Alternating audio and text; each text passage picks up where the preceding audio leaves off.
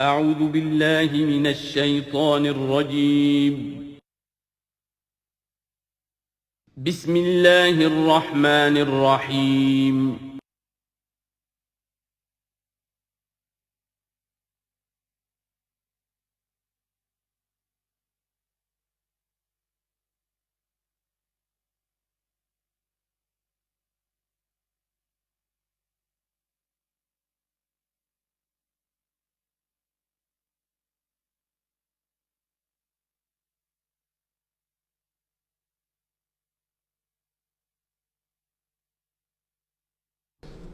الحمد للہ وکفا والصلاة والسلام علی عباده الذین اصطفى اما بعد فقد قال اللہ تبارک وتعالی کما ورد فی سورۃ محمد صلی اللہ علیہ وسلم اعوذ باللہ من الشیطان الرجیم بسم اللہ الرحمن الرحیم مثل الجنة التي وعد المتقون فيها انہار من ماء غیر آسن وانہار من لبن لم يتغیر طعمه وانہار من خمر لذۃ للشاربین وانہار من عسل مصفى ولہم فیہا من کل الثمرات ومغفرۃ من ربہم کمن ہوا خالد فی النار وسقوا ماء حمیما فقطع امعاءہم صدق اللہ العظیم۔ مثال اس جنت کی جس کا وعدہ کیا گیا ہے متقیوں سے، اس میں نہریں ہیں پانی کی جن میں کوئی بو نہیں، اور نہریں ہیں دودھ کی جس کا ذائقہ تبدیل نہیں ہوتا، وانہار من خمر، اور ایسی شراب کی نہریں کہ جو لذت والی ہے پینے والوں کے لیے، وانہار من عسل مصفى، اور نہریں ہیں ایسے شہد کی جس کو صاف کیا جا چکا ہو، جھاگ اتارا جا چکا ہو، وَلَهُمْ فِيهَا مِنْ كُلِّ الثَّمَرَاتِ، اور پھر مزید برآں ان کے لیے ہوں گے وہاں تمام میوے، تمام پھل، وَمَغْفِرَةٌ مِّن رَبِّكُمْ، اور مغفرت ہوگی ان کے رب کی طرف سے۔ بھلا یہ لوگ کمن ہوا خالد فی النار، بھلا وہ لوگ کہ جو ان جنتوں میں ہوں گے ان کے برابر ہو سکتے ہیں وہ کہ جو ہیں آگ میں، جو رہیں گے ہمیشہ آگ میں، وسقوا ماء حمیما، اور انہیں پینے کو دیا جائے گا کھولتا ہوا پانی، فقطع امعاءہم، جو ان کی انتڑیوں کو کاٹ کر رکھ دے گا۔ ومنہم من یستمع الیک، اب یہاں سے جو اصل مضمون اس سورہ مبارکہ کا ہے، جو میں پہلے عرض کر چکا ہوں کہ قتال سے جو طبیعت اب گھبرا رہی تھی کچھ لوگوں کی، خاص طور پر جن کے دلوں میں روک تھا، منافقت تھی، ان کی کیفیت ہے جو اس سورہ مبارکہ میں بڑی تفصیل سے آئے گی۔ وَمِنْهُمْ مَنْ يَسْتَمِعُ إِلَيْكَ، ان میں سے کچھ لوگ ایسے بھی ہیں جو اے نبی آپ کی بات بڑی توجہ سے سنتے ہیں، حتیٰ اذا خرجوا من عندک، یہاں تک کہ جب وہ آپ کے پاس سے نکل کر باہر جاتے ہیں، قالوا للذین اوتوا العلم ماذا قال آنفا، تو وہ کہتے ہیں ان کو کہ جنہیں علم دیا گیا، کیا کہا انہوں نے، اب یہ نئی بات آج کیا کہہ دی انہوں نے۔ یہ اوتوا العلم سے مراد اہل ایمان بھی ہو سکتے ہیں کہ وہ لوگ اہل ایمان میں سے جو لوگ ان میں زیادہ سمجھدار ہیں اور جن کو سمجھتے ہیں کہ زیادہ ان کو اللہ نے فہم عطا فرمایا، ان سے پوچھتے ہیں یہ بات کچھ سمجھ میں نہیں آئی جو آج کہی ہے محمد نے صلی اللہ علیہ وسلم، یا پھر یہ اہل کتاب سے جا کر پوچھتے ہیں جو علم والے جن کو علم پہلے دیا گیا تھا، ماذا قال آنفا، یہ کیا کہہ دیا، یعنی جنگ کے بارے میں جو بھی اب کوئی تجویز ہو رہی ہے، اقدام کا مرحلہ ہے، اب نکلنا ہے، قریش کے قافلوں کا پیچھا کرنا ہے، ماذا قال آنفا اولئک الذین طبع اللہ علی قلوبہم، یہ وہ لوگ ہیں کہ جن کے دلوں پر اللہ تعالیٰ نے مہر کر دی ہے، واتبعوا اہواءہم، اور یہ اپنی خواہشات کی پیروی کر رہے ہیں، یعنی یہ ہچکچاہٹ جن کے اندر پیدا ہو گئی ہے، در حقیقت یہ نشانی ہے اس بات کی کہ ان کے دلوں میں منافقت پیدا ہو چکی ہے۔ والذین اہتدوا زادہم ھدی، اور جو ہدایت پر ہیں اللہ تعالیٰ نے ان کی ہدایت میں اضافہ کیا ہے، اس نئے مرحلے کے آنے سے ان کے جوش ایمان میں اور ذوق شہادت میں اضافہ ہو گیا ہے۔ وآتاہم تقواہم، اللہ تعالیٰ نے انہیں ان کے تقوی میں اور اضافہ فرمایا ہے۔ فَهَلْ يَنظُرُونَ إِلَّا السَّاعَةَ أَن تَأْتِيَهُم بَغْتَةً، تو یہ کس چیز کے منتظر ہے سوائے قیامت کے کہ وہ آ دھمکے ان پر اچانک۔ فَقَدْ جَاءَ أَشْرَاطُهَا، اس کی علامتیں تو آ چکی ہیں، یعنی قیامت کی سب سے بڑی علامت جو ہے وہ در حقیقت حضور صلی اللہ علیہ وسلم کی بعثت ہے، جو کہ آپ آخری رسول ہیں، اور آپ نے فرمایا بھی ہے کہ بُعِثْتُ أَنَا وَالسَّاعَةُ كَهَاتَيْنِ، دونوں انگلیوں کو آپ نے جوڑا، میں اور قیامت اس طریقے سے جڑے ہوئے، اب میرے بعد کوئی اور نبی نہیں، انا آخر المرسلین وانتم آخر الامم، میں آخری رسول ہوں، تم آخری امت ہو، تو اب آپ کے بعد تو قیامت ہی آنی ہے۔ فَأَنَّىٰ لَهُمْ إِذَا جَاءَتْهُمْ ذِكْرَاهُمْ، تو جب وہ آ جائے گی، ان پر دھمک آ جائے گی، آ دھمکے گی، تو پھر اس وقت ان کا یاد کرنا یا نصیحت اخذ کرنا یا سبق حاصل کرنا ان کے کس کام کا ہوگا؟ فَاعْلَمْ أَنَّهُ لَا إِلَٰهَ إِلَّا اللَّهُ وَاسْتَغْفِرْ لِذَنبِكَ، پس جان لو کہ اللہ کے سوا کوئی معبود نہیں، اور اپنی خطاؤں کے لیے اللہ سے استغفار کرو۔ اب یہاں ایک تو یہ ہے کہ یہ بات خطاب کر کے حضور سے کہی جا رہی ہے واحد کے صیغے میں، اس حوالے سے ایک تعویل تو یہ ہو سکتی ہے کہ یہ حقیقت میں حضور کی وساطت سے آپ کی امت سے کہی جا رہی ہے، لیکن یہ ہے کہ اس میں علماء نے یہ بات بھی نکالی ہے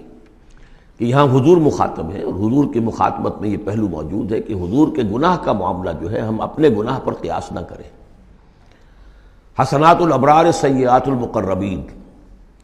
حضور کی تو جو انٹینسٹی ہوتی تھی تعلق با اللہ کی شدید، اس میں ذرا سی کمی آتی تھی تو آپ اسے بھی سمجھتے تھے کہ بہت بڑی کوتاہی مجھ سے ہو گئی ہے۔ گویا کہ ہمارے لیے تو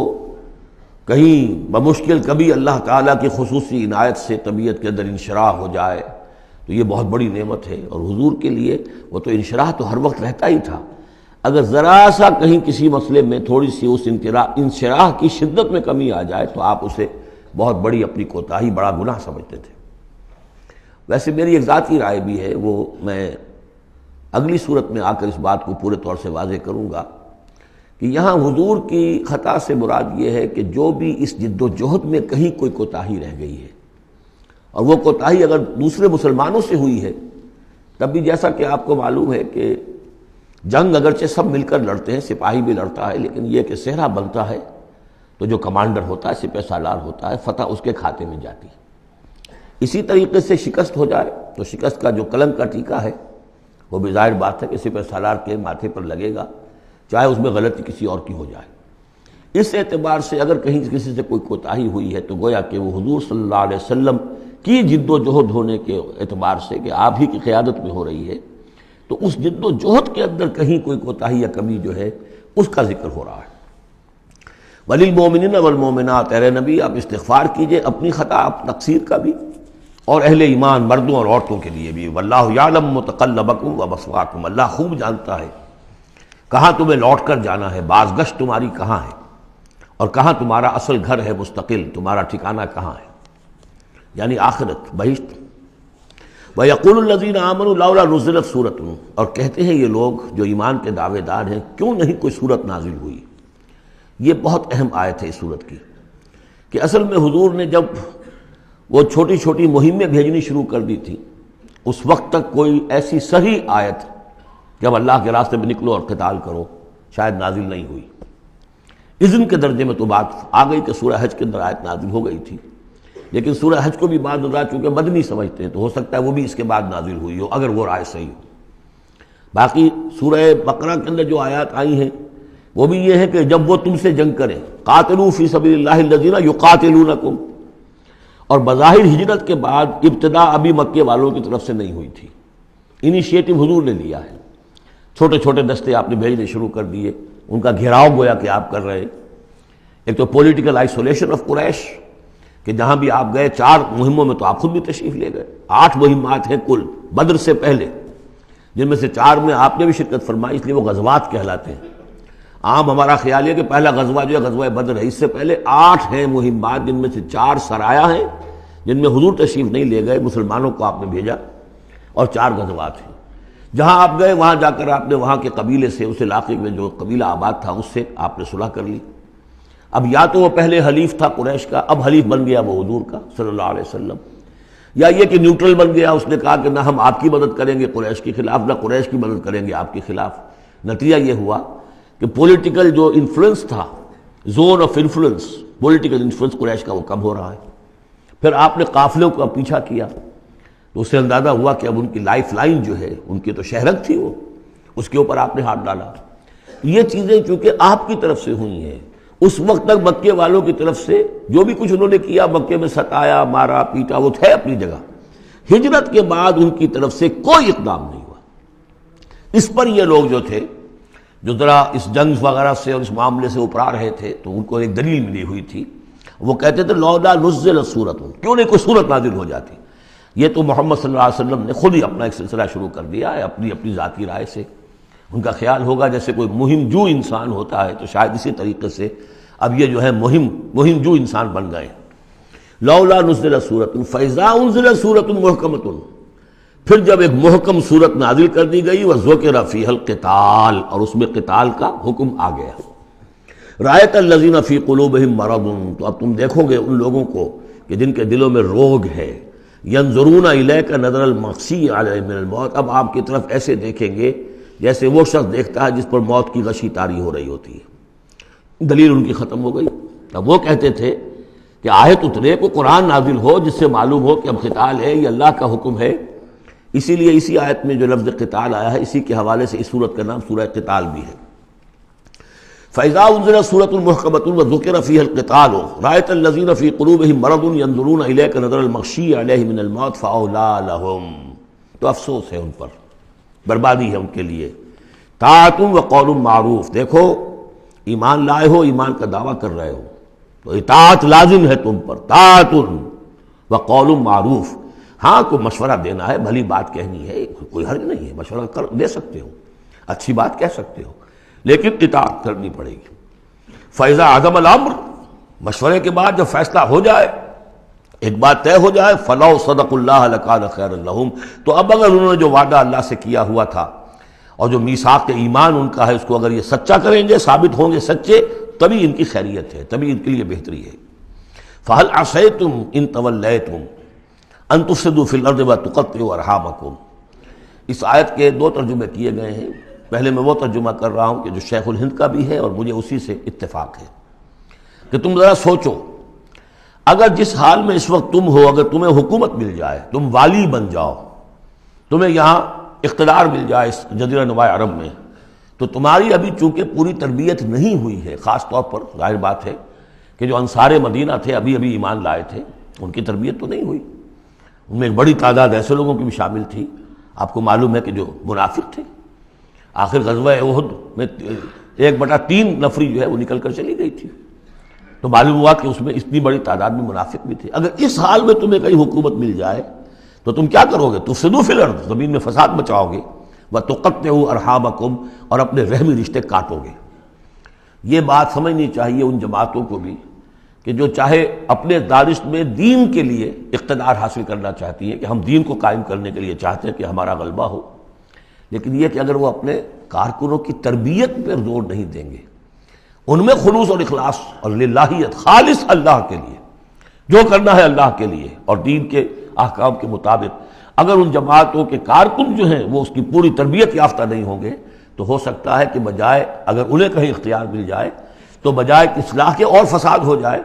اور پہلا فساد تو اس اعتبار سے کہ بہرحال وہ لوگ فاسق اور فاجر تھے، انہوں نے جو فساد مچایا سو مچایا، لیکن اگر دین کے نام پر کہیں فساد مچ جائے تو پھر دین بدنام ہو جائے گا۔ یہ ہے مضمون کہ جو یہاں اس آیت میں آیا ہے کہ ابھی تمہیں امتحانوں میں سے گزرنا پڑے گا، بھٹیوں میں سے نکلو گے تب تم ذرے خالص بنو گے اور کندن بنو گے۔ ایک ترجمہ یہ کیا گیا ہے ان تولیتم، مطلب اگر تم منہ موڑ لو گے، قتال نہیں کرو گے، تو اس کا نتیجہ یہ نکلے گا کہ زمین میں فساد ہوگا اور تم اپنے رحمی رشتے قطع کرو گے۔ لیکن میرے نزدیک پہلا مضمون، یہ ترجمہ میں آپ کو پڑھ کر سنا رہا ہوں، شیخ الہند کا ہے۔ پھر تم سے یہ بھی توقع ہے کہ اگر تم کو حکومت مل جائے تو خرابی ڈالو ملک میں اور قطع کرو اپنی قرابتیں، مجھے اسی سے اتفاق ہے۔ اولئک الذین لعنہم اللہ فاصمہم واعمی ابصارہم، یہ وہ لوگ ہیں کہ جن پر اللہ تعالیٰ نے لعنت کی ہے اور انہیں بہرا بھی کر دیا ہے اور ان کی نگاہوں کو اندھا کر دیا ہے۔ افلا یتدبرون القرآن ام علی قلوب اقفالها، کیا یہ قرآن پر تدبر نہیں کرتے؟ قرآن پر تدبر کریں، اس کے بین السطور بھی تو پڑھیں۔ غلبہ دین کی جد و جہد میں یہ سارے مراحل آنے والے ہیں، یہ تو ان سے پہلے کہہ دیا گیا تھا، سورہ عنکبوت میں آ چکا تھا۔ احسب الناس ان یترکوا ان یقولوا آمنا وهم لا یفتنون، کیا لوگوں نے یہ سمجھا تھا کہ صرف یہ کہنے سے کہ ہم ایمان لائے انہیں چھوڑ دیا جائے گا اور بخش دیا جائے گا اور انہیں آزمایا نہیں جائے گا؟ وَلَقَدْ فَتَنَّا الَّذِينَ مِن قَبْلِهِمْ فَلَيَعْلَمَنَّ اللَّهُ الَّذِينَ صَدَقُوا وَلَيَعْلَمَنَّ الْكَاذِبِينَ، ہم نے تو ہمیشہ جو بھی ان سے پہلے تھے ان کو بھی آزمایا ہے، اور اللہ تو صاف کھول دے گا، واضح کر دے گا کہ کون حقیقت میں سچے مومن ہیں اور کون جھوٹ موٹ کے مومن بنے ہوئے ہیں۔ اور اسی صورت میں آگے بھی آ گیا فَلَيَعْلَمَنَّ اللَّهُ الَّذِينَ آمَنُوا وَلَيَعْلَمَنَّ الْمُنَافِقِينَ، اللہ تو بالکل دودھ کا دودھ پانی کا پانی جدا کر دے گا کہ اللہ تعالیٰ کھول دے گا کہ کون واقعی مومن اور کون منافق ہے۔ تو کیا یہ لوگ قرآن پر تدبر نہیں کرتے یا ان کے دلوں پر قفل پڑ چکے ہیں؟ ان الذین ارتدوا علی ادبارہم من بعد ما تبین لہم الہدی، یقیناً وہ لوگ جو اپنی پیٹھوں کے بل مڑ جائیں گے اس کے بعد کہ ان پر ہدایت واضح ہو چکی ہو۔ الشیطان سول لہم،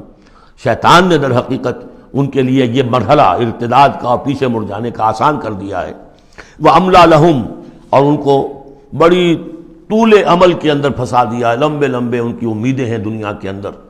ظاہر بات ہے دنیا میں بڑے بڑے نقشے بنا رکھے ہیں، تو اب یہ میدان جنگ میں جاتے ہوئے تو انسان کترائے گا۔ ذالک بانہم قالوا للذین کرہوا ما نزل اللہ سنطیعکم فی بعض الامر، یہ اس لیے ہے کہ انہوں نے کہا ان لوگوں سے جنہیں ناپسند ہے وہ شے جو اللہ نے نازل کی۔ اللہ نے قرآن نازل کیا، یہ ناپسند کس کو تھا؟ قریش کو تھا، کفار کو اور یہود کو۔ تو یہ لوگ جو ایمان تو لے آئے تھے، لیکن یہ کہ ان کے اندر وہ روگ تھا، دلوں میں وہ مرض تھا، وہ نفاق کی بیماری جڑ پکڑ چکی تھی۔ وہ یہ کہتے تھے ذالک بانہم قالوا للذین کرہوا ما نزل اللہ، جن لوگوں کو یہ اللہ کے اتاری ہوئی کتاب اور اللہ کے اتارے ہوئے احکام پسند نہیں آتے، ان سے جا کر ان کا سنطیعکم فی بعض الامر، تو دیکھیے ہم اگرچہ ایمان تو لے آئے ہیں، وہ محمد کی بات تو ہمیں ماننی ہے، لیکن ہم آپ کی بھی اطاعت جاری رکھیں گے، کچھ چیزوں کے اندر آپ کی بات پر ہم عمل کریں گے، آپ کا حکم مانیں گے۔ آپ یہ نہ سمجھیے کہ ہم نے آپ سے اپنا رشتہ بالکل توڑ لیا۔ منافق اسی کو کہتے ہیں کہ جس نے دونوں کے ساتھ جڑا رکھنے کی اپنے آپ کو کوشش کی۔ مذبذبین بین ذلک لا الہ ہؤلاء ولا الہ ہؤلاء، ان کے پاس جاتے ہیں تو کہتے ہیں، اہل ایمان کے پاس آتے ہیں تو کہتے ہیں ہم ایمان لے آمنا، وَإِذَا خَلَوْا إِلَىٰ شَيَاطِینِهِمْ قَالُوا إِنَّا مَعَكُمْ إِنَّمَا نَحْنُ مُسْتَهْزِئُونَ وَاللَّهُ يَعْلَمُ إِسْرَارَهُمْ، اور اللہ تعالیٰ کو خوب معلوم ہے جو کچھ کی خفیہ باتیں کرتے ہیں جا کر۔ فَكَيْفَ إِذَا تَوَفَّتْهُمُ الْمَلَائِكَةُ يَضْرِبُونَ وُجُوهَهُمْ وَأَدْبَارَهُمْ، تو کیا حال ہوگا ان کا جب کہ ان کی جانیں قبض کریں گے فرشتے، ان کے چہروں پر ضرب لگاتے ہوئے اور ان کی پیٹھوں کے اوپر ضرب لگاتے ہوئے۔ ذَلِكَ بِأَنَّهُمُ اتَّبَعُوا مَا أَسْخَطَ اللَّهُ، یہ اس لیے کہ انہوں نے پیروی اس چیز کی جو اللہ کو ناپسند ہے۔ وَكَرِهُوا رِضْوَانَهُ، اور ناپسند کیا انہوں نے اللہ کی رضا کو۔ فَأَحْبَطَ أَعْمَالَهُمْ، تو اللہ نے ان کے سارے اعمال اکارت کر دیے، حبط کر دیے۔ یعنی اب تک انہوں نے حضور کے پیچھے نمازیں جو پڑھی ہیں اور جو بھی کوئی نیکیاں کی ہیں، اب جب مرحلہ آ گیا ہے قتال کا اور یہ جی چرا رہے ہیں، تو گویا کہ وہ سارے ان کے اب تک کے جو اعمال ہیں وہ حبط ہو جائیں گے۔ ام حسب الذین فی قلوبہم مرض ان لن یخرج اللہ اضغانہم، کیا سمجھا تھا ان لوگوں نے کہ جن کے دلوں میں یہ روگ ہے کہ اللہ تعالیٰ ان کے کھوٹ کو ظاہر نہیں کرے گا؟ وہ اپنے کھوٹ کو اندر جو نفاق کی بیماری لیے پھرتے ہیں اس کو چھپائے رکھ سکیں گے؟ انہوں نے یہ سمجھا تھا، اللہ تعالیٰ نے تو اسے واضح کرنا تھا۔ فَلَيَعْلَمَنَّ اللَّهُ الَّذِينَ آمَنُوا وَلَيَعْلَمَنَّ الْمُنَافِقِينَ، تو ام حسب الذین فی قلوبہم مرض ان لن یخرج اللہ اضغانہم، انہوں نے یہ سمجھا تھا کہ اللہ تعالیٰ ان کے کھوٹ کو، دلوں کے کھوٹ کو علم نشرہ نہیں کر دے گا۔ وَلَوْ نَشَاءُ لَأَرَيْنَاكَهُمْ، اور اگر ہم چاہیں تو اے نبی آپ کو دکھا دیں کہ یہ ہیں وہ لوگ۔ فَلَعَرَفْتَهُمْ بِسِیمَاهُمْ، آپ ان کے چہروں سے انہیں خود ہی پہچان لیں گے۔ ظاہر بات ہے کہ ایک صادق الایمان شخص کا چہرہ اور ایک منافق کا چہرہ، انسان کے قلب کی کیفیت جو ہوتی ہے وہ تو چہرے کے اوپر جو ہے، face is the index of mind, ذہنی کیفیت جو ہے، قلب کی کیفیت جو ہے وہ چہرے پر ہوتی ہے۔ فَلَعَرَفْتَهُمْ، تو آپ پہچان ہی چکے ہیں انہیں ان کے چہروں سے۔ وَلَتَعْرِفَنَّهُمْ فِي لَحْنِ الْقَوْلِ، اور مزید آپ پہچان لیں گے انہیں ان کی گفتگو کے ڈھب سے، انداز سے۔ گفتگو میں بھی ظاہر بات ہے کچھ چاپلوسی کریں گے، کچھ ہیر پھیر ڈالیں گے۔ ایک مخلص آدمی کی گفتگو اور ایک اس طرح کے شخص کی گفتگو، زمین و آسمان کا فرق ہوتا ہے۔ وَاللَّهُ يَعْلَمُ أَعْمَالَكُمْ، اللہ تمہارے اعمال کو خوب جانتا ہے۔ وَلَنَبْلُوَنَّكُمْ حَتَّى نَعْلَمَ الْمُجَاهِدِينَ مِنكُمْ وَالصَّابِرِينَ، اور ہم تو لازماً آزمائیں گے تمہیں، یہاں تک کہ ہم، ترجمہ تو ہوگا ہم معلوم کر لیں، ہمیں علم ہو جائے۔ لیکن چونکہ اہل سنت کا عقیدہ یہ کہ اللہ کا علم تو قدیم ہے، تو یہاں ہم اس کی ترجمانی کرتے ہوئے کہتے ہیں ہم ظاہر کر دیں گے اس کو، تاکہ سب کے علم میں آ جائے، سب دیکھ لیں۔ ہم آزمائیں گے تمہیں یہاں تک کہ سب دیکھ لیں کہ مجاہدین کون ہیں تم میں سے،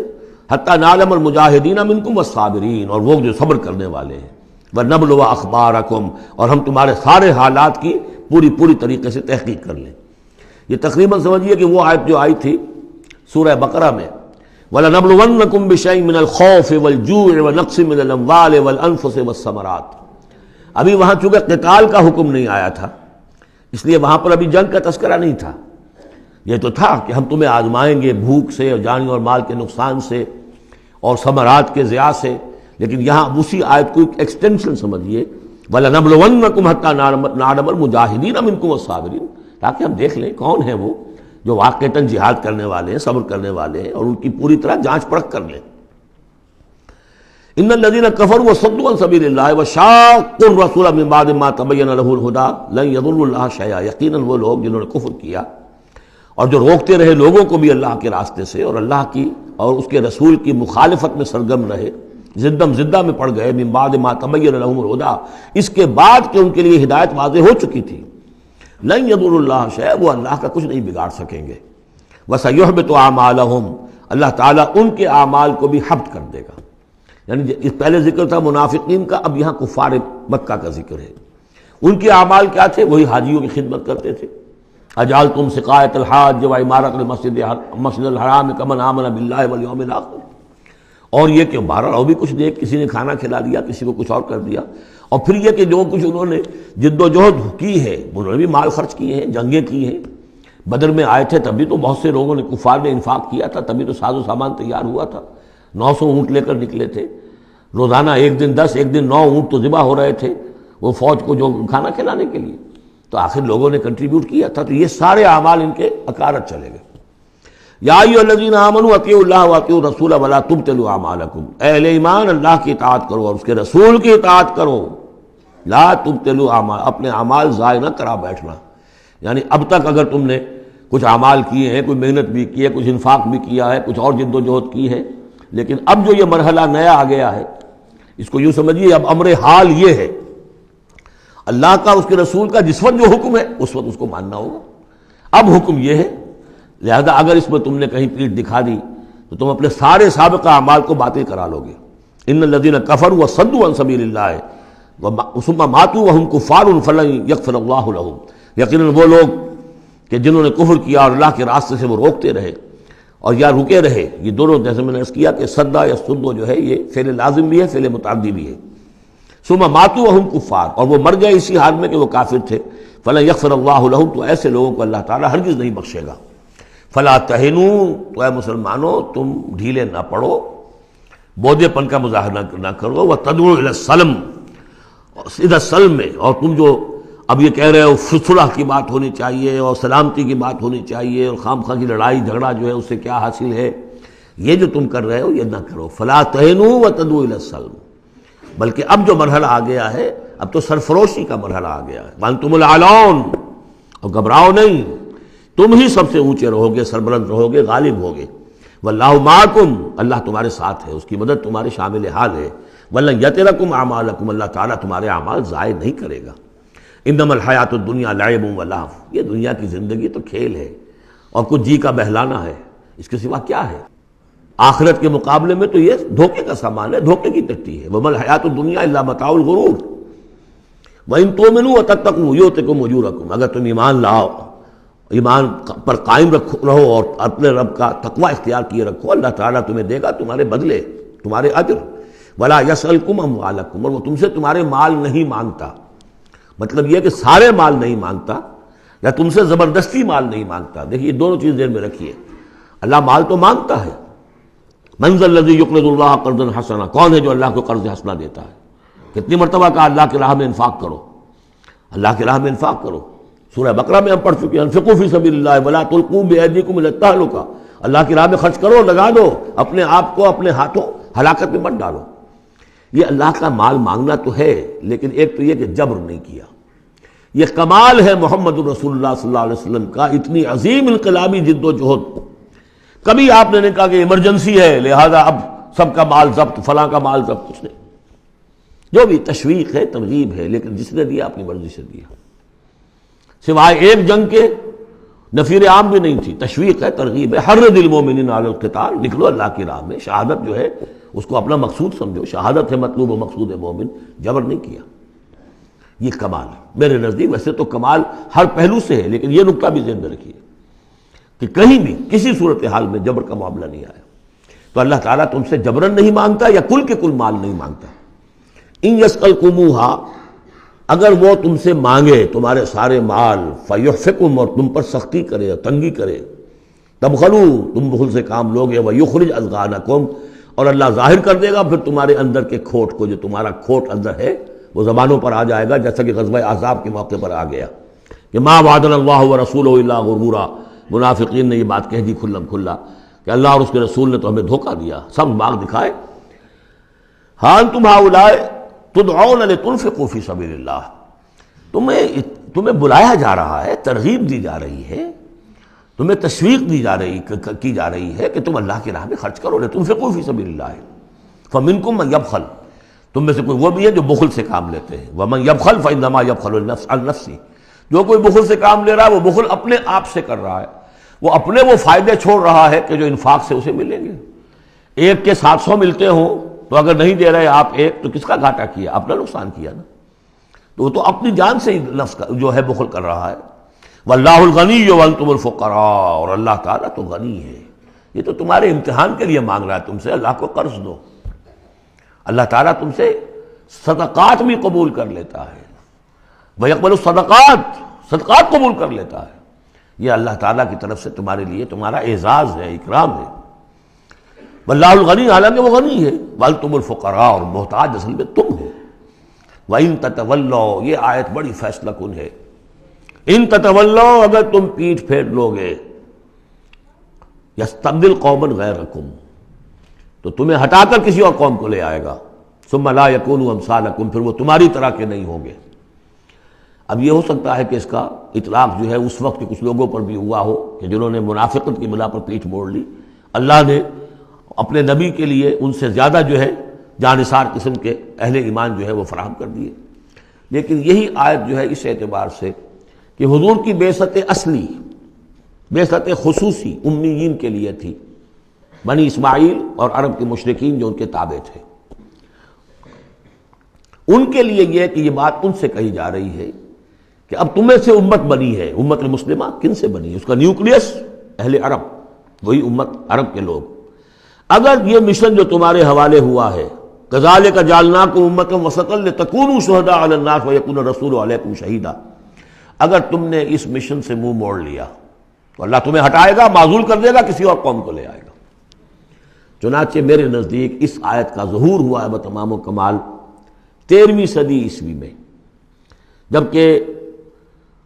اللہ تعالیٰ نے عربوں کو امت مسلمہ کی قیادت سے معزول کر دیا۔ 1258 عیسوی میں سقوط بغداد ہوا،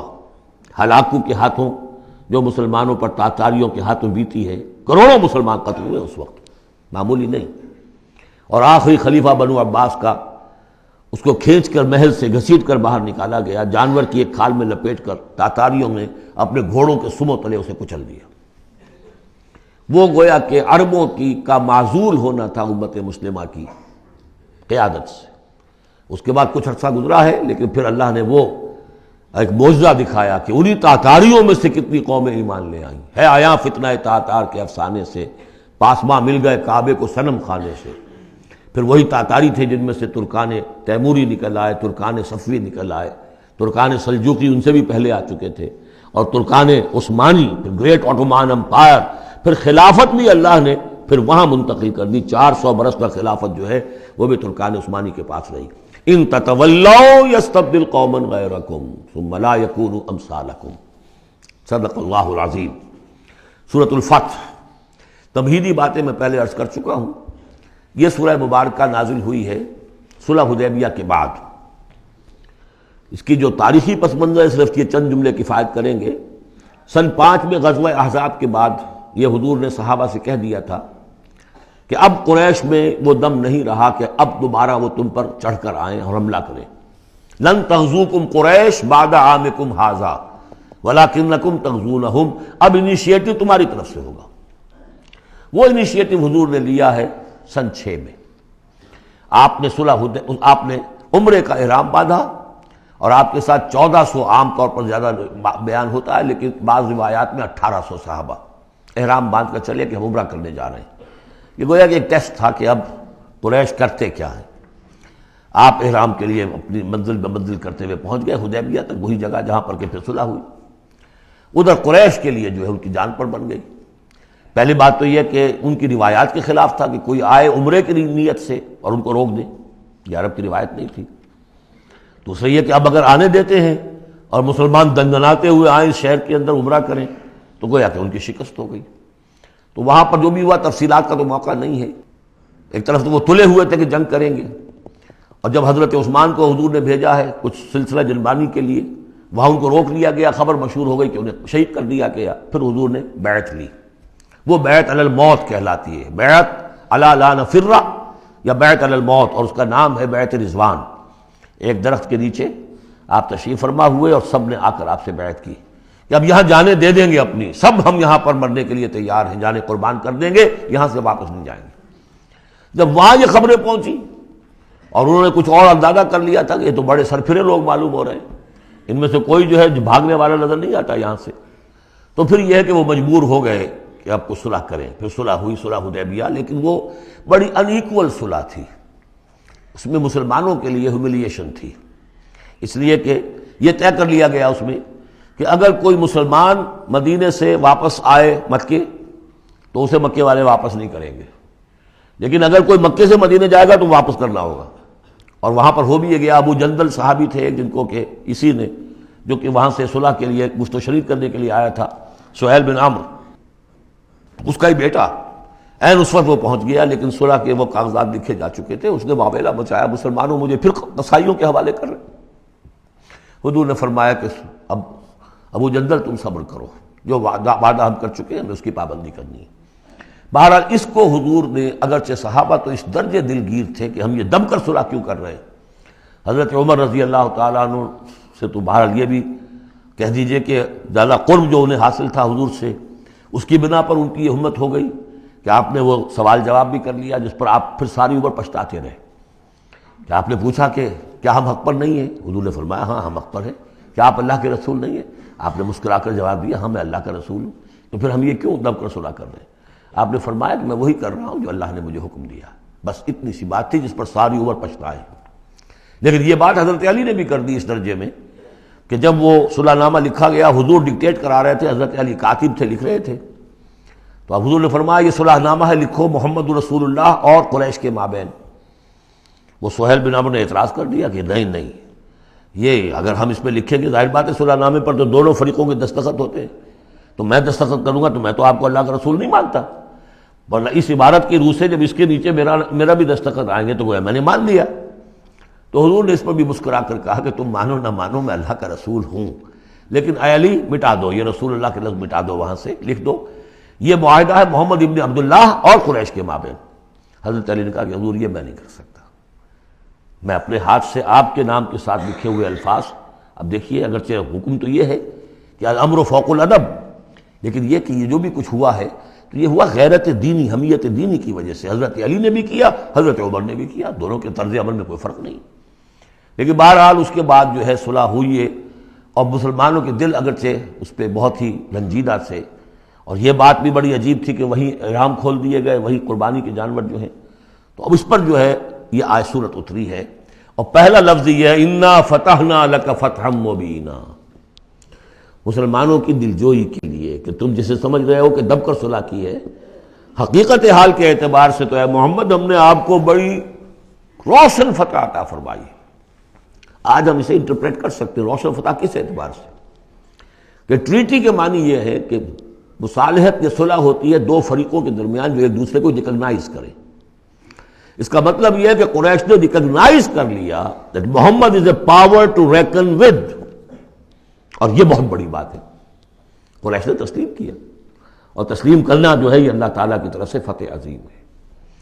انا فتحنا لک فتحا مبینا لیغفر لک اللہ ما تقدم من ذنبک وما تاخر۔ اب دیکھیے ذنب کا لفظ یہاں پر دوبارہ آ گیا، تاکہ اللہ تعالیٰ بخش دے آپ کو جو پچھلے ہوئی آپ کی کوئی کوتاہیاں یا گناہ یا جو بعد میں ہوئی، وَيُتِمَّ نِعْمَتَهُ جو پیچھے رہے گناہ ان کو بھی بخش دے، وَيُتِمَّ نِعْمَتَهُ عَلَيْكَ اور تاکہ اللہ تعالیٰ اپنی نعمت کا اتمام فرما دے آپ پر، وَيَهْدِيَكَ صِرَاطًا مُسْتَقِيمًا اور آپ کو ہدایت دے سیدھے راہ کی طرف۔ اب یہ ہے پھر ایک اشکال پیدا ہوتا ہے کہ حضور صلی اللہ علیہ وسلم تو پہلے ہی سیدھی راہ پر ہیں، پھر یہ کہ تمام اہل ایمان حضور کے ساتھ سیدھی راہ پر چلے آ رہے ہیں، اور سیدھی راہ پر چلتے ہوئے اب اہل ایمان کو بھی، حضرت ابوبکر کو بھی آپ کے ساتھ چلتے ہوئے کتنے برس ہو گئے؟ 18 برس ہو گئے، تو اب ان کے معنی کیا ہو گئے؟ تو اس پہ بہت سی بحثیں ہیں، یہ تو اب میں تفسیر میں نہیں جا سکتا۔ میری توجہ وہی ہے جو میں اس سے پہلے سورہ محمد میں کر چکا ہوں ضم کی، کہ یہ جو جد و جہد ہوئی ہے اس میں اگر کہیں کوئی خامی کوتاہی کسی کی طرف سے ہوئی ہے، چاہے وہ کسی اور مسلمان کی طرف سے ہوئی ہے، صاحب ایمان کی طرف سے ہوئی ہے، غلطی ہوئی ہے، خطا ہوئی ہے، ان سب کی اب اللہ تعالیٰ تلافی فرما دے گا۔ یہ فتح مبین جو ہے وہ ان سب کو کور کر جائے گی، اور یہدیہ کا صراط مستقیم، اب آپ کی یہ جد و جہد بالکل سیدھی تیر کی طرح اپنے ہدف کی طرف بڑھے گی۔ اب اس میں کوئی جو ہے تزلزل نہیں ہوگا، بلکہ آپ کی یہ جد و جہد، اللہ کے دین کی اقامت کی جد و جہد اور اللہ کی حکومت قائم کرنے کی جد و جہد جو ہے سیدھی اپنے ہدف کی طرف بڑھتی چلی جائے گی۔ چنانچہ یتم نعمتہ، وہ تو ہم پڑھ چکے ہیں، الیوم اکملت لکم دینکم واتممت علیکم نعمتی ورضیت لکم الاسلام دینا۔ تو دین کا اتمام ایک تو اس شکل میں کہ قرآن میں دین مکمل ہو جائے، شریعت پوری ہو گئی، لیکن اس سے تکمیل نہیں ہوتی اس معنی میں جب تک اس کی ایک عملی ڈیمانسٹریشن بھی مکمل نہ ہو۔ عملی ڈیمانسٹریشن مکمل ہوتی ہے جب اللہ کی حکومت بالفعل قائم ہو جائے۔ تو اتمام نعمت جو ہے وہ صرف کتاب کے اندر اس شریعت کا پورا بیان ہو جانا اور نظام کا آ جانا، اس سے وہ اتمام تمام و کمال نہیں ہوتا جب تک کہ اس کی ایک نشانی، اس کا ایک نمونہ جو ہے، اس کی ایک صورت لوگوں کے سامنے نہ آ جائے، آئیڈیل فارم اس کی جو ہے وہ سامنے نہ آ جائے، اس کا نمونہ سامنے آ جائے۔ تو اس کے لیے ضروری ہے کہ اب یہ جد و جہد آپ کی جو ہے سیدھی اب تیز رفتاری کے ساتھ اپنے اصل ہدف یعنی اظہار دین، لیظہرہ علی الدین کلہ، اور یہ آیت آ جائے گی اس سورہ مبارکہ کے آخر میں بھی کہ ہم نے بھیجا ہی آپ کو اے محمد اس لیے ہے کہ آپ اللہ کے دین کو غالب کریں۔ تو وہ اللہ کے دین کے غلبے کی جد و جہد اب تیر کی طرح سیدھی جائے گی۔ اللہ نے ساری اگلی پچھلی اگر کوئی اس میں کمیاں کوتاہیاں رہ گئی ہیں کسی کی طرف سے آپ کے ساتھیوں میں سے، ان سب کی تلافی کے لیے یہ فتح مبین آپ کو عطا کر دی۔ وَيَنْصُرَكَ اللَّهُ نَصْرًا عَزِيزًا، اور اللہ آپ کی مدد کرے گا ایسی مدد کہ جس کے لیے کوئی شکست نہ ہو، بڑی زبردست مدد۔ هُوَ الَّذِي أَنزَلَ السَّكِينَةَ فِي قُلُوبِ الْمُؤْمِنِينَ لِيَزْدَادُوا إِيمَانًا مَعَ إِيمَانِهِمْ، وہی ہے کہ جس نے اہل ایمان کے دلوں میں سکینت نازل کر دی تاکہ ان کے ایمان میں اور اضافہ ہو جائے، تاکہ وہ اور اضافہ کر لیں اپنے ایمان میں، جتنا ایمان ہے اس سے اور بڑھ کر۔ وَلِلَّهِ جُنُودُ السَّمَاوَاتِ وَالْأَرْضِ، اب ظاہر بات ہے کہ اس میں ایک تو کیفیت یہ تھی کہ جو انہیں سکون حاصل تھا کہ وہ تیار تھے سب اپنی جانیں دینے کے لیے، اس کے لیے بھی ایک سکون قلب کے اندر اللہ تعالیٰ نے ان کے پیدا کیا تھا، تبھی تو وہ اس کے لیے آمادہ ہوئے۔ پھر یہ کہ ان کے اندر نظم اور ضبط کا یہ عالم کہ کوئی ایک شخص بھی حق میں نہیں تھا کہ یہ صلح یہاں اس وقت ہو، لیکن محمد رسول اللہ ان کی اطاعت، اس کا سب سے بڑا ٹیسٹ وہاں ہوا ہے۔ اور یہ بات جو میں کہہ رہا ہوں شاید بعض حضرات کو عجیب لگی، کوئی ایک شخص بھی نہیں تھا اس کے حق میں۔ اس کی دلیل کیا ہے؟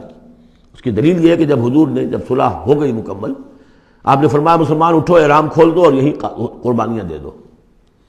کوئی نہیں اٹھا، ایک بھی نہیں اٹھا۔ دوسری مرتبہ کہا آپ نے اٹھو بھائی، اب ہو گیا بات، بس جو ہو گئی ہو گئی، اب یہی احرام کھول دو، کوئی نہیں اٹھا۔ تیسری دفعہ کوئی نہیں اٹھا۔ آپ دلگیر ہو کر، دل گرفتہ ہو کر اپنے خیمے میں چلے گئے۔ ام سلمہ رضی اللہ تعالیٰ عنہ ام المومنین آپ کے ساتھ تھی، ان سے جا کر کہا میں نے 3 مرتبہ مسلمانوں سے کہا ہے کہ اٹھو اور احرام کھول دو، کوئی نہیں اٹھ رہا۔ انہوں نے کہا، مشورہ دیا کہ آپ کسی سے کچھ نہ کہیں، اپنی زبان سے کچھ نہ کہیں، آپ اپنا احرام کھول دیے۔ بس آپ آئے باہر، آپ نے قربانی دی، احرام کھول دیا، اس پر اب سب اٹھ گئے۔ یعنی اصل میں وہ سب کے سب منتظر تھے کہ کیا حضور ہمارا امتحان لے رہے ہیں، یہ کوئی ٹیسٹ ہو رہا ہے، کیا ہو رہا ہے، یا حالت منتظر شاید کوئی نئی صورت پیدا ہو جائے، شاید حالات بدل جائیں۔ لیکن ان کے لیے یہ بڑی انہونی سی بات تھی کہ عمرے کی نیت کر کے ہم نے احرام باندھا ہوا، یہاں کیسے کھول دے رہا ہوں۔ لیکن بہرحال وہ صرف ایک توقف جو تھا وہ اسی درجے میں تھا کہ شاید کوئی نئی صورت پیدا ہو جائے۔ لیکن اس سے ظاہر ہو رہا ہے کہ سب کے دل جو ہیں وہ اس صلح کے حق میں نہیں تھے، وہ تو چاہ رہے تھے کہ اب ہمیں موقع ملے اور ہم یہاں جنگ ہو اور اللہ کے دین کو ہم غالب کریں۔ هو الذي انزل السکینۃ فی قلوب المؤمنین لیزدادوا ایمانا مع ایمانہم وللہ جنود السماوات والارض، اور تمام آسمانوں اور زمین کے لشکر تو اللہ ہی کے ہیں۔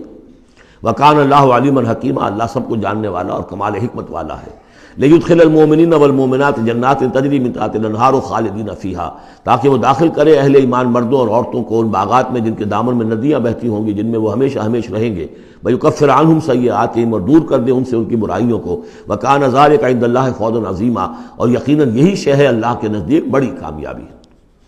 وَيُعَذِّبُ الْمُنَافِقِينَ وَالْمُنَافِقَاتِ وَالْمُشْرِكِينَ وَالْمُشْرِكَاتِ الظَّانِّينَ بِاللَّهِ ظَنَّ السَّوْءِ، یہ الفاظ بہت مشابہ ہیں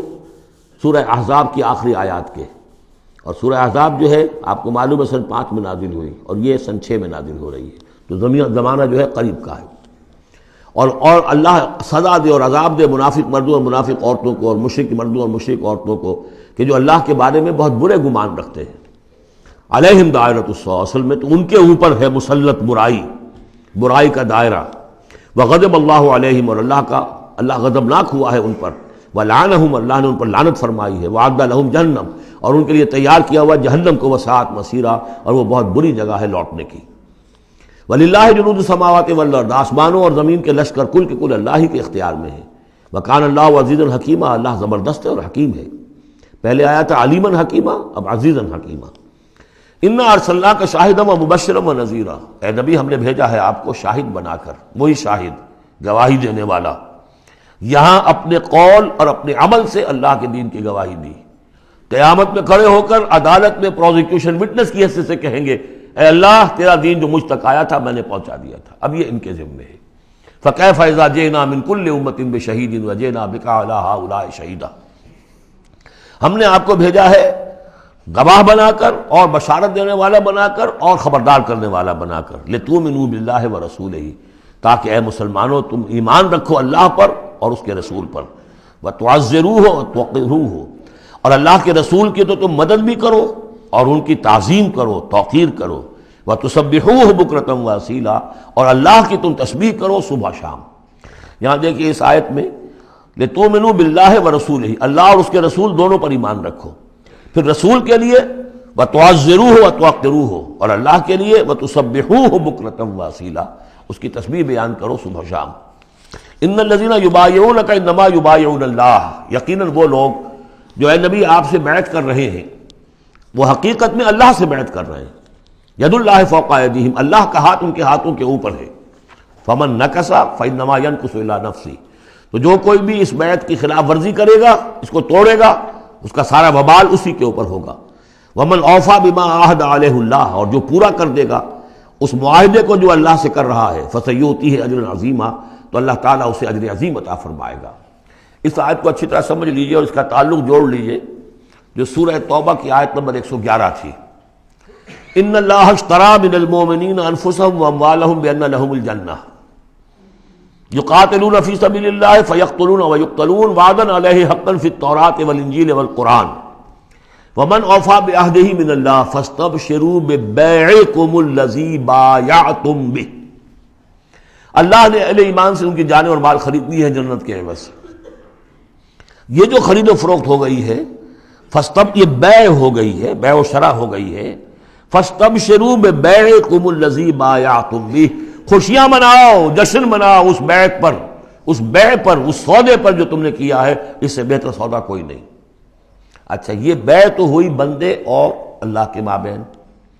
فرض کیجئے میں بیعت کر رہا ہوں، اے اللہ میں اپنی جان مال تیرے حوالے کرتا ہوں، لیکن اللہ کے اور میرے درمیان تو غیب کا پردہ ہے۔ یہ کیسے، کس کو دوں یہ جان اور مال، کس کے حکم پر دوں، کس کے کہنے پر دوں، کہاں مال خرچ کروں؟ ظاہر بات ہے کہ اس کے لیے کوئی انسان، اب وہ انسان اس وقت ہے محمد الرسول اللہ صلی اللہ علیہ وسلم، بیع اللہ سے، بیعت محمد سے۔ محمد اللہ کے رسول ہیں، وہ بتائیں گے کہ اس طرح مال خرچ کرو، اس طرح جان لگاؤ، یہ وقت آ گیا ہے جان لے کر میدان میں آ جاؤ، جان ہتھیلی برکھ کو میدان میں آ جاؤ۔ لہذا جو بیع اللہ سے ہوئی ہے، ان اللہ اشتری من المؤمنین انفسهم واموالهم بان لهم الجنہ، اس کے لیے بیعت محمد الرسول اللہ سے ہو رہی ہے۔ اور یہ عرب میں رواج تھا کہ جب وہ کوئی سودا کرتے تھے پھر وہ مصافحہ کرتے تھے، ہاتھ ملاتے تھے، ہاتھ جب ملا لیا اب وہ جو سودا ہے پکا ہو گیا، اب پیچھے نہیں جا سکتے آپ۔ جب تک مصافحہ نہیں ہوتا اس وقت تک آدمی کوئی اس میں تبدیلی کر سکتا ہے، لیکن مسافہ جو ہے وہ پختگی کے لیے۔ لہذا یہ بیعت اب محمد رسول اللہ سے ہو رہی ہے کہ ہم نے جو جان اللہ اور اپنی مال جو اللہ کے حوالے کی ہے اسے ہم خرچ کریں گے آپ کے کہنے کے مطابق، جو آپ حکم دیں گے، آپ کی مرضی ہے، آپ ہم سے جب چاہیں یہ جان اور مال حاصل ہے، جب چاہیں وصول فرما لیں۔ یہ بیعت ہے جو ہوئی ہے محمد رسول اللہ سے۔ اچھا، اس میں جو یہ فرمایا، چونکہ یہ تین فریق ہو گئے، اللہ، بیعت کرنے والا اور جس کے ہاتھ پر بیعت کی گئی، لہذا یہ ٹرائی پارٹائٹ ایگریمنٹ ہے، تین فریق ہیں اس کے۔ ایک وہ ہے حضور کا ہاتھ جس پر بیعت کرنے والے کا ہاتھ آ گیا، اللہ نے فرمایا ایک تیسرا ہاتھ بھی ہے، وہ تمہیں نظر نہیں آ رہا، ید اللہ فوق ایدیہم، اللہ کا ہاتھ ان کے ہاتھوں کے اوپر ہے۔ تو یہ تین ہاتھ ہیں در حقیقت اس بیعت کے اندر، اس بیعت کے اندر۔ ان الذین یبایعونک انما یبایعون اللہ، اصل میں تو بیعت، اور بیعت جو ہو رہی ہے تو اللہ سے ہو رہی ہے۔ فاستبشروا ببیعکم الذی بایعتم بہ، باب مفاعلہ کے اندر بھی وہ آ گیا، تم نے جو باہمی یہ کیا ہے بیع و شراء کا معاملہ، اس میں خوشیاں مناؤ، وہی باب مفاعلہ ہے، وہ یبایعونک، ان الذین یبایعونک، اے نبی جو آپ سے یہ بیعت کر رہے ہیں، انما یبایعون اللہ، وہ اللہ سے بیعت کر رہے ہیں۔ ید اللہ فوق ایدیہم، اللہ کا ہاتھ ان کے ہاتھوں کے اوپر ہے۔ فمن نکث فانما ینکث علی نفسہ، تو جو کوئی بھی اب اس سے روگردانی کرے گا، اسے توڑے گا، اس کی خلاف ورزی کرے گا، اس کا وبال اسی پر آئے گا، آپ پر اس کا کوئی الزام نہیں۔ ومن اوفی بما عہد علیہ اللہ فسیؤتی اجرا عظیما، اور جو بھی پورا کر دے گا جس کا کہ اس نے وعدہ اللہ سے کیا ہے، یہ معاہدہ اللہ سے ہوا جان اور مال کا۔ اسی لیے سورہ احزاب میں آپ نے پڑھا تھا نا، من المؤمنین رجال صدقوا ما عہد اللہ علیہ فمنہم من قضی نحبہ ومنہم من ینتظر، اہل ایمان میں وہ جوان مرد ہیں جنہوں نے اپنا جو عہد کیا تھا اللہ سے وہ پورا کر دکھایا، سچا کر دیا۔ ان میں سے وہ بھی ہیں جو اپنی نظر پیش کر چکے، اور وہ بھی ہیں جو باقی منتظر ہیں ابھی کہ کب ہماری باری آئے۔ وبال دوش ہے سر جان ناتواں پہ، مگر لگا رکھا ہے تیرے خنجر و ثنا کے لیے، اے اللہ ہم لیے پھر رہے ہیں اس سر کو کہ کب تیری راہ میں کٹے اور ہم فارغ ہو جائیں، سمک دوش ہو جائیں، ہمارے کندھے سمک ہو جائیں، ہلکے ہو جائیں، سمک دوش، کندھا ہلکا ہو جائے۔ یہ سر کا بوجھ ہم لگائے ہوئے ہیں اپنے سر پر کہ کب تیری طرف سے حکم آئے ہم نے اپنے سر کٹوائیں اور ہم فارغ ہوں۔ اب اسی کو سمجھ لیجئے کہ حضور کے بعد یہ بیعت کس سے ہوگی؟ جو بھی کوئی داعی اللہ اب کھڑا ہو اللہ کے نام کے، نبی تو نہیں ہوگا، ہوگا امتی۔ اطاعت اس کی ہوگی اللہ اور اس کے رسول کی اطاعت کے نیچے نیچے، اس کے دائرے کے اندر، مستقل بذات اطاعت اس کی نہیں ہوگی۔ لیکن یہ کہ بہرحال اب بھی ضرورت ہوگی کہ کوئی جماعت ہو، کوئی جمعیت ہو، کوئی طاقت ہو، ایک فرد سے جو ہے اکیلا چنا بھاڑ نہیں پھوڑ سکتا۔ دین کو غالب کرنے کی جد و جہد، عقیم الدین جو ہم پڑھائے ہیں، یہ پورا سلسلہ جو ہے مکی صورتوں کا جو ان مدنی صورتوں کے ساتھ منسلک ہے، توحید عملی، اقامت دین، اور جو اس صورت کے اندر آ جائے گا لیظہرہ علی الدین کلہ، اس کے لیے جماعت چاہیے، جمعیت چاہیے۔ تو اب بھی کوئی اللہ کا بندہ ہوگا، آپ اسے ٹھوک بجا کر دیکھ لیں، اطمینان دیکھیں، سوچ دیکھیں اس کی رائے کیا ہے، وہ کیا سمجھتا ہے، اگر وہ دین سے بھی واقف ہے، اگر وہ یہ کہ زمانے کے حالات سے بھی واقف ہے، اس کی شخصیت کو دیکھیے، اس کے ماحول کو دیکھیے، اگر آپ کا دل گواہی دے کہ یہ کوئی بہروپیہ نہیں ہے، یہ واقعتاً سنسیئر آدمی ہے، خلوص کے ساتھ اس کے ہاتھ میں ہاتھ دے کر بیٹھ کے یہ ساتھ چلیے۔ یہی طریقہ مسنون اور منصوص ہے، یہی ایک طریقہ ہے جس کا قرآن مجید میں، یعنی نصوص کسے کہتے ہیں؟ نصوص قرآنی، نصوص حدیث، حدیث میں بھی ذکر ہے تو بیعت کا ہے۔ باقی اور کوئی طریقہ جماعت سازی کا مسنون نہیں ہے، مباح وہ بھی ہے، جو بھی طریقہ اختیار کر لیا مباح ہے، حرام نہیں ہے۔ ممبرشپ ہے، ممبرشپ سے پھر امیر کا منتخب کرنا ہے، 2 سال 4 سال کے بعد پھر انتخاب، ٹھیک ہے، کوئی شے حرام نہیں ہے جب تک کہ اس کی حرمت کے لیے کوئی دلیل نہ ہو۔ لیکن مسنون اور منصوص اور معصور، تین الفاظ۔ نصوص قرآن و سنت میں جس کا تذکرہ ہے وہ بیعت ہے۔ جو مسنون ہے پوری زندگی حضور کی جو ہے، اس میں کتنی بیعتیں ہوئی ہیں، بیعت عقبہ اولیٰ، بیعت عقبہ ثانیہ، بیعت رضوان، اور پھر یہ کہ نحن الذین بایعوا محمدا علی الجہاد ما بقینا ابدا۔ جب غزوہ احزاب میں جب وہ خندق کھودی جا رہی تھی تو یہ شعر پڑھ رہے تھے صحابہ کرام، ہم ہیں وہ لوگ کہ جنہوں نے محمد سے بیعت کی ہے، جہاد کی، اب یہ جہاد جاری رہے گا جب تک جان میں جان ہے۔ یہ ہے ساری زندگی میں آپ کی یہ بیعت کا نظام تھا۔ اس کے بعد خلافت ہوئی تو بیعت پر ہوئی، حضرت ابو بکر سے بیعت، عمر سے بیعت، مشورہ علیحدہ بات ہے، جب طے ہو گیا کہ اب یہ ہو گیا تو بیعت۔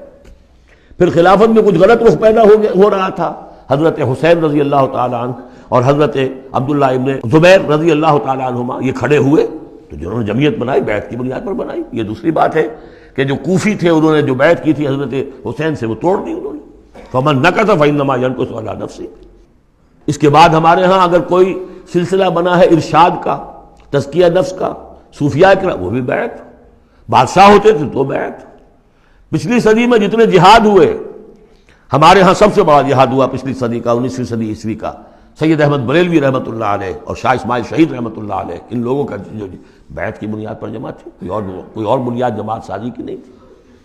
مہدی سوڈانی نے جہاد کیا انگریزوں کے خلاف بیعت کی بنیاد پر، سنوسی نے جہاد کیا اطالویوں کے خلاف بیعت کی بنیاد پر۔ تو یہ بیعت کا لفظ ہے جو یہاں آیا ہے، اس کو اچھی طرح سمجھ لیجئے۔ یہ جان لیجئے کہ یہ جو دوسرا رکوع ہے اس سورہ مبارکہ کا، اور اس کے بعد تیسرا رکوع اور چوتھا رکوع جو ہے، ان میں بھی تقدیم و تاخیر ہے۔ یہ جو پہلے رکوع کا مضمون ہے یہ جا کر ملے گا اب تیسرے کے ساتھ، اور بعد میں یہ نازل ہوا ہے کہ یہ جو دوسرے رکوع میں آیتیں آ رہی ہیں۔ سَيَقُولُ لَكَ الْمُخَلَّفُونَ مِنَ الْأَعْرَابِ شَغَلَتْنَا أَمْوَالُنَا وَأَهْلُونَا، جب حضور واپس پہنچ گئے اور یہ غزوہ جو بیعت رضوان ہو گئی اور پھر صلح حدیبیہ ہو گئی، پھر آپ واپس پہنچے تو جاتے ہوئے گویا کہ ان سے کہا جا رہا ہے حضور سے، جیسے کہ غزوہ تبوک سے واپسی پر جو آیات نازل ہوئی وہ ہم سورہ توبہ میں پڑھ چکے ہیں۔ ان قریب کہیں گے وہ لوگ جو پیچھے رہ جانے والے تھے، من الاعراب، اعراب میں سے، شغلتنا اموالنا واہلونا، حضور نے عام اعلان کروایا تھا، فرض نہیں تھا، سب کے لیے لازم نہیں تھا، عمرے کے لیے چلنے کے لیے کہا تھا چلیں، جتنے لوگ چل سکتے ہیں چلیں۔ تو اب آئیں گے یہ وہ اعراب جو ہیں بادیہ نشین، اور وہ کہیں گے حضور ہم مشغول رہے اپنے اموال میں، اپنے ڈھور ڈنگر کی دیکھ بھال میں، اپنے اہل و عیال میں، ہم آپ کے ساتھ نہیں جا سکے، فاستغفر لنا، تو ہمارے لیے استغفار کیجئے۔ یقولون بألسنتہم ما لیس فی قلوبہم، یہ لوگ اپنے منہوں سے وہ کچھ کہہ رہے ہیں اپنی زبانوں سے، ان کے دلوں میں نہیں ہے، دلوں میں کچھ اور ہے۔ یہ منافقوں کا تذکرہ ہو رہا ہے اعراب میں سے۔ قل فمن یملک لکم من اللہ شیئا ان اراد بکم ضرا او اراد بکم نفعا، ان سے کہیے کہ اگر اللہ تعالیٰ نے تمہارے لیے کوئی بھی اگر ضرر کا فیصلہ کیا تھا تو، اور اگر خیر کا فیصلہ کیا تھا تو کون سی چیز روک سکتی ہے؟ من یملک لکم من اللہ شیئا، کون ہے وہ کہ جو اختیار رکھتا ہو تمہارے بارے میں اللہ کی طرف سے کچھ بھی، اگر اس نے ارادہ کیا ہو ضرر کا، یعنی اگر کوئی خرابی ہونی تھی تو کیا تمہارے یہاں ہونے کی وجہ سے رک جانی تھی؟ یا اگر خیر کوئی آنا تھا تو تمہاری غیر موجودگی میں نہیں آ سکتا تھا؟ یعنی پیچھے رہ جانا چاہیے مانی دار، کیوں رہ گئے؟ اگر کوئی خیر آنا تھا وہ تمہاری غیر موجودگی میں بھی آ سکتا ہے، کوئی شر آنا تھا وہ تمہاری موجودگی میں بھی آ سکتا ہے۔ تو جب تمہاری موجودگی اور ناموجودگی اللہ کے اعتبار سے تو بالکل برابر ہے، تو تمہارا یہ بہانہ تراشنا جو ہے یہ صحیح نہیں ہے۔ بل کان اللہ بما تعملون خبیرا، بلکہ تم جو کچھ کرتے رہے ہو اللہ اس سے باخبر ہے۔ وہ کیا ہے؟ اب ان کے دل کی بات اللہ تعالیٰ، ان کے دل میں جو چور تھا، بل ظننتم، تمہیں یہ گمان ہو گیا تھا، ان لن ينقلب الرسول والمؤمنون الى اہلہم ابدا، ان کو یہ گمان ہوا کہ ان کا تو معلوم ہوتا ہے کہ واقعتاً کوئی دماغ خراب ہو گیا مسلمانوں کا، قریش پر چڑھائی کر کے جا رہے ہیں، قریش۔ یہ تو سمجھیے کہ ان کے لیے ابھی تک عرب میں جو ان کی حیثیت تھی قریش کی، وہ سمجھتے تھے کہ اب تو یہ موت کے منہ میں جا رہے ہیں، اب یہ واپس ان میں سے کوئی آنے والا نہیں ہے۔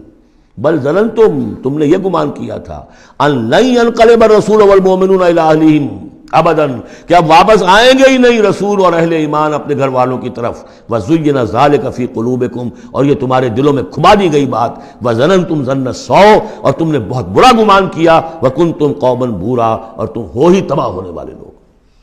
یہ منافقین اعراب کا تذکرہ ہو رہا ہے، اور یہ کب ہو رہا ہے؟ سن 6 میں۔ سن 2 کے اندر جو معاملہ تھا وہ بھی ہم دیکھ چکے ہیں، وہ جو سورہ محمد کے اندر آیا معاملہ، جبکہ ابھی یہ مرحلہ شروع ہو رہا تھا، ابھی قتال کا سلسلہ شروع ہونے والا تھا، اس وقت بھی ان کے دلوں میں صلح جوئی، امن سے کام کرو، صلح سے کام کرو، یہ خامخواہ جو ہے یہ اس طرح کی مہم جوئی مناسب نہیں ہے، اس وقت ان کا یہ خیال تھا۔ وَمَن لَّمْ يُؤْمِن بِاللَّهِ وَرَسُولِهِ فَإِنَّا أَعْتَدْنَا لِلْكَافِرِينَ سَعِيرًا، اور جو کوئی اللہ اور اس کے رسول پر ایمان نہ رکھے تو اللہ تعالیٰ نے ایسے کافروں کے لیے تو جہنم تیار کر رکھی ہے۔ وَلِلَّهِ مُلْكُ السَّمَاوَاتِ وَالْأَرْضِ يَغْفِرُ لِمَن يَشَاءُ، اور اللہ آسمانوں اور زمین کی بادشاہی اللہ ہی کے لیے ہے، وہ بخشتا ہے جس کو چاہتا ہے، وَيُعَذِّبُ مَن يَشَاءُ، اور عذاب دے گا جس کو چاہے گا، وَكَانَ اللَّهُ غَفُورًا رَحِيمًا، اور اللہ تعالیٰ غفور الرحیم ہے۔ سَيَقُولُ الْمُخَلَّفُونَ إِذَا انطَلَقْتُمْ إِلَىٰ مَغَانِمَ لِتَأْخُذُوهَا، اب یہ نوٹ کر لیجئے تاریخی اعتبار سے کہ اس کے فوراً بعد جو ہے اگلے ہی سال حضور نے، اب جب کہ قریش سے صلح ہو گئی تو آپ یکسو ہو گئے، ادھر سے کوئی حملہ اب نہیں ہوگا، تو آپ نے اپنی پوری طاقت لے کر خیبر پر حملہ کیا، جو گڑھ بن گیا تھا یہودیوں کا، جو بنو قینقاع اور بنو نذیر نکالے گئے تھے، جا کے وہیں آباد ہو گئے تھے، پہلے سے بھی وہاں پر وہ بڑا گڑھ تھا، ان کے بڑے قلعے تھے، بڑے یعنی فورٹیفائڈ، اور وہاں پر سارا وہ اب حضور نے ان کی جو ہے سرکوبی کی۔ جب حضور خیبر کی طرف جا رہے تھے، اب ان کا ہم بھی چلتے ہیں آپ کے ساتھ، اس لیے انہیں یقین تھا کہ فتح ہوگی اور مال غنیمت آئے گا۔ سیقول المخلفون اذا انطلقتم الى مغانم، اور اے مسلمانوں جب تم اب جاؤ گے غنیمت حاصل کرنے کے لیے، یعنی اب جو غزوہ خیبر کی طرف جو پیش قدمی کرو گے، تو یہی لوگ جو پہلے پیچھے رہ گئے تھے وہ یہ کہیں گے ذرونا نتبعکم، ہم بھی آپ کے ساتھ چلیں، اجازت دیجیے۔ یریدون ان یبدلوا کلام اللہ، یہ اللہ کے کلام کو بدل دینا چاہتے ہیں۔ وہ اللہ کا کلام اگلے رکوع میں آ رہا ہے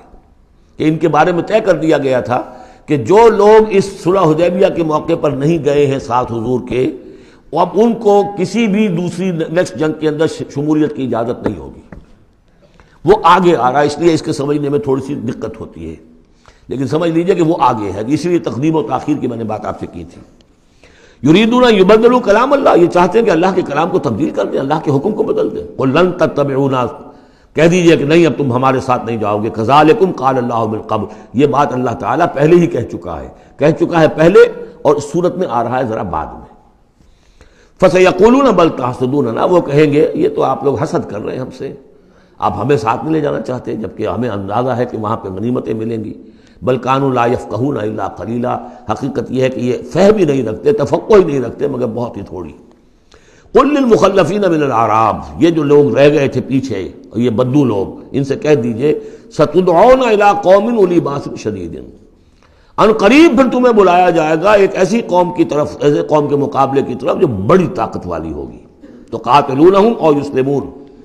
یا تم ان سے قتال کرو گے یا وہ مسلمان ہوں گے اور یا وہ اطاعت قبول کریں گے۔ اس سے ہے اشارہ در حقیقت جو نیا سلسلہ جنگوں کا اب شروع ہونے والا تھا، اور وہ تھا سلطنت روما کے خلاف غزوہ موطا۔ اب اندرون ملک عرب کا معاملہ جو تھا وہ ختم ہوا،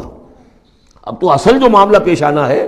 وہ انقلاب محمدی کا بین الاقوامی مرحلہ ہے، تصدیر الانقلاب، انقلاب کو اب آگے ایکسپورٹ کرنا ہے، اور اب ٹکراؤ ہونے والا ہے جس کی پیشگی خبر دی جا رہی ہے سلطنت روما کے ساتھ، جہاں سٹینڈنگ آرمیز تھی لاکھوں کی، یہ رومن لیجنز مشہور ہیں تاریخ کے اندر، غرق آہن اور ٹرینڈ۔ تو تمہیں بلایا جائے گا اس وقت، پھر تمہیں ایک موقع دے دیا جائے گا، ستدعون الی قوم اولی باس شدید تقاتلونہم او یسلمون، اور یہ اصل میں تین چیزیں آ گئیں وہی کہ اب جو بھی اس عرب سے باہر جو معاملہ ہوا ہے، یا تو وہ اسلام لے آئیں یا وہ اطاعت قبول کر لیں، یہ دونوں یسلمون میں شکلیں ہو جائیں گی، اطاعت قبول کر لیں یا اسلام لے آئیں، یا پھر جنگ ہوگی۔ فَإِن تُطِيعُوا يُؤْتِكُمُ اللَّهُ أَجْرًا حَسَنًا، اگر اس وقت تم اطاعت کرو گے اللہ کے رسول کی، ان کے ساتھ جاؤ گے تو اللہ تعالیٰ جو ہے تمہیں اجر حسنہ دے گا۔ وَإِن تَتَوَلَّوْا كَمَا تَوَلَّيْتُم مِّن قَبْلُ، اور اگر تمہیں اسی طرح پیٹھ دکھا دی جیسے کہ پہلے پیٹھ دکھائی تھی، يُعَذِّبْكُمْ عَذَابًا أَلِيمًا، تو اللہ تعالیٰ عذاب علیم دے گا تمہیں۔ لَيْسَ عَلَى الْأَعْمَىٰ حَرَجٌ، ہاں اگر کوئی اندھا ہے تو اس پر کوئی الزام نہیں ہے، کوئی تنگی نہیں ہے، وہ اگر نہیں گیا کوئی بات نہیں۔ وَلَا عَلَى الْأَعْرَجِ حَرَجٌ، نہ کوئی لنگڑا ہے تو اس کے لیے بھی نہیں ہے۔ وَلَا عَلَى الْمَرِيضِ حَرَجٌ، اسی طریقے سے کوئی بیمار ہے تو اس پر بھی کوئی اس کی باس پرس نہیں ہے۔ وَمَن يُطِعِ اللَّهَ وَرَسُولَهُ يُدْخِلْهُ جَنَّاتٍ تَجْرِی مِن تَحْتِهَا الْأَنْہَارُ، اور جو اللہ تعالیٰ اور اس کے رسول کی اطاعت کرے گا اللہ تعالیٰ اس کو داخل کرے گا ان باغات میں جن کے دامن میں ندیاں بہتی ہوں گی۔ وَمَن يَتَوَلَّى، اور جو کوئی پلٹ جائے پیٹھ موڑ لے، يُعَذِّبْهُ عَذَابًا أَلِيمًا، اللہ تعالیٰ اسے عذاب علیم دردناک عذاب دے گا۔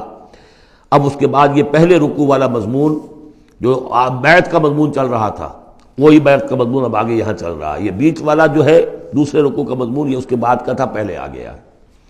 وہاں جو فرمایا تھا کہ ان الذین یبایعونک انما یبایعون اللہ، اب آگے چلیے، لقد رضی اللہ عن المؤمنین اذ یبایعونک تحت الشجرہ، اللہ راضی ہو گیا ان اہل ایمان سے جو آپ سے بیعت کر رہے تھے درخت کے نیچے۔ فعلم ما فی قلوبہم، تو اللہ تعالیٰ کے علم میں ہے جو کچھ ان کے دلوں میں تھا، اور اس وقت ذوق شہادت اور جوش جہاد تھا، ابھی وہ صلح کی بات تو ہوئی نہیں، وہ تو بیعت کر کے ہونے کی بات ہوئی ہے۔ فانزل السکینۃ علیہم، اللہ نے ان پر سکینت، سکون، اطمینان نازل کر دیا۔ واصابہم فتحا قریبا، اور انہیں فتح دے دی بہت قریب، وہ فتح قریب وہی ہے، انا فتحنا لک فتحا مبینا، اس صلح کو کہا گیا کہ فوری طور پر انہیں فتح مل گئی۔ ومغانم کثیرۃ یاخذونہا، اور بہت سی غنیمتیں ہیں جو وہ اور جو لیں گے حاصل کریں گے۔ وکان اللہ عزیزا حکیما، اور اللہ تعالیٰ زبردست ہے، حکمت والا۔ وعدکم اللہ مغانم کثیرۃ تاخذونہا، اے مسلمانوں اللہ کا تم سے وعدہ ہے بہت سی غنیمتیں تمہیں ملیں گی۔ فعجل لکم ہذہ، تو یہ تو تمہیں نقد دے دی ہے، فوری طور پر دے دی ہے یہ فتح جو تمہیں مل گئی ہے۔ وکف ایدی الناس عنکم، اور اللہ تعالیٰ نے روک لیا لوگوں کے ہاتھوں کو تم سے، لتکون آیۃ للمؤمنین، تاکہ یہ اہل ایمان کے لیے ایک نشانی بن جائے۔ وَيَهْدِيَكُمْ صِرَاطًا مُسْتَقِيمًا، اور اللہ تعالیٰ تمہاری رہنمائی فرمائے سیدھے راستے کی طرف، یعنی اب تمہاری جد و جہد جو ہے وہ تیر کی طرح سیدھی کامیابی کے آخری مراحل تک پہنچ جائے۔ بارک اللہ لی ولکم فی القرآن العظیم ونفعنی وإیاکم بالآیات والذکر الحکیم۔